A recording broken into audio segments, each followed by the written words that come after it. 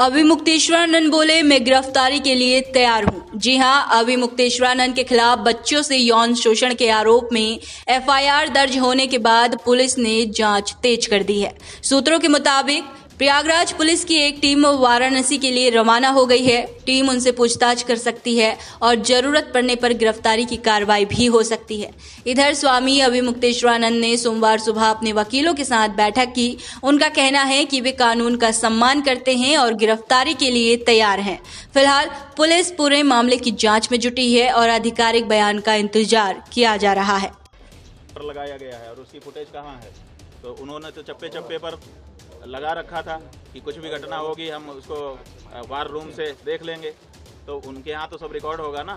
हमारी बस तो हमारे शिविर के अंदर नहीं खड़ी थी, क्योंकि पुलिस ने जो हमारे साथ ज्यादती की उसके बाद से हम शिविर के अंदर प्रविष्ट ही नहीं हुए, बाहर ही खड़े रहे। तो सड़क पर ही हमारी बस भी थी और हम भी थे। तो ऐसी परिस्थिति में वो सब सीसीटीवी की कैद में है। दूसरे दिन रात आप लोगों का कैमरा हमारे ऊपर लगा हुआ था और उसमें कहना कि हम ये सब कर रहे थे, कितनी नीचता की बात। और ये भ्रम फैलाया जा रहा है कि गुरुकुल में ये सब हो रहा है। हमारे गुरुकुल में जब वो लड़के कभी प्रविष्ट ही नहीं हुए, पढ़े ही नहीं, उनका हमारा कोई लेना देना ही नहीं है। वो हरदोई के विद्यालय के छात्र हैं, जैसा कि उनकी मार्कशीट जो मुकदमे में लगाई गई है उससे पता चला है। तो जब वो यहाँ पढ़ते नहीं हैं, लिखते नहीं हैं, आए नहीं हैं, गए नहीं हैं, यहाँ से कोई उनका लेना देना नहीं है, तो उसके साथ कैसे कोई कुछ कर सकता है? और तीसरी बात यह है कि ये कह करके भ्रम फैलाया जा रहा है कि सीडी है, सीडी है। वो सीडी किस चीज़ की है? वो उसको क्यों नहीं सार्वजनिक किया जाता है? कहा जाता है कि बच्चों के साथ अन्याय हो रहा था और बच्चे जो है वो निकल करके गए।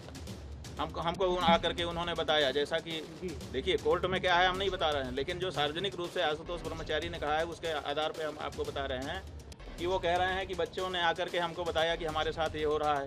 और फिर सीडी भी लेके आए बच्चे। इसका मतलब बच्चे सीडी बना रहे थे। कौन बना रहा था सीडी?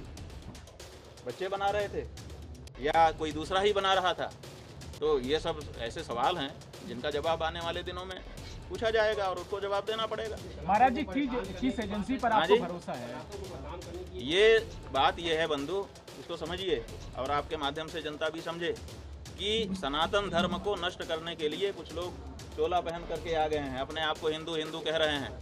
उनका काम हिंदुओं का नहीं है, वो हिंदुओं के विरोध में काम कर रहे हैं, लेकिन अपने आप को हिंदू सिद्ध करके कर रहे हैं। जब विधर्मी चोट नहीं पहुंचा सके तो हिंदू चोला पहन करके हिंदू धर्म को नष्ट करने के लिए कुछ लोग आगे आए हैं और वो इस समय कारगर रूप से अपना काम कर रहे हैं। एक शंकराचार्य नाम की संस्था है, 4 शंकराचार्य जो देश में हैं, वही सत्य सनातन धर्म की बात इस समय कह रहे हैं। अब इनके मन में है कि अब हमने सबको अपने बस में कर लिया, अब शंकराचार्यों पर बस में कर लें। अब शंकराचार्य बस में आएंगे नहीं, क्योंकि वो तो सत्य सनातन धर्म की बात करेंगे। तो अब उनके ऊपर प्रहार करो, तरह तरह की बात करो, ताकि उनकी मर्यादा खत्म हो और मर्यादा समाप्त होने के बाद फिर जनता से वो हट जाएं और उसके बाद हम एकाधिकार करके जो हम कहें वही धर्म हो। हम जिसको कह दें कि ये धर्म है वो धर्म हो जाए और जिसको हम कह दें कि ये अधर्म है वो अधर्म हो जाए। तो ये जो प्रक्रिया चल रही है उसी के अंतर्गत जैसे हम गौ हत्या बंदी की मांग उठा रहे हैं। अब बहुत सारे महात्मा है जो कह रहे हैं कि हम सत्ता के साथ हैं। अरे भाई, सत्ता के साथ रहो, कौन मना करता है? लेकिन जो गौ हत्या को समर्थन देने वाली सत्ता है, जिस सत्ता के समय में गौ हत्या बढ़ रही है, जिस समय गायों की संख्या घट रही है, जिस समय बीफ का निर्यात बढ़ रहा है, उस समय तो उनसे सवाल पूछो तो वो नहीं पूछ पा रहे हैं। वो कहते हैं हम इनके साथ हैं, वो ठीक हैं, उनके लिए सारी सुविधा है। और जो शंकराचार्य कह दे कि गौ हत्या बंद हो, ये गलत हो रहा है, इसको ठीक करिए, उसके ऊपर इस तरह का लांछन और प्रहार किया जाए, ये हो रहा है। ये हमारे अभिमुक्तेश्वरानंद के ऊपर प्रहार नहीं है, ये शंकराचार्य नाम की उस संस्था के ऊपर प्रहार है जिस संस्था के द्वारा सनातन धर्म आज भी सुरक्षित है।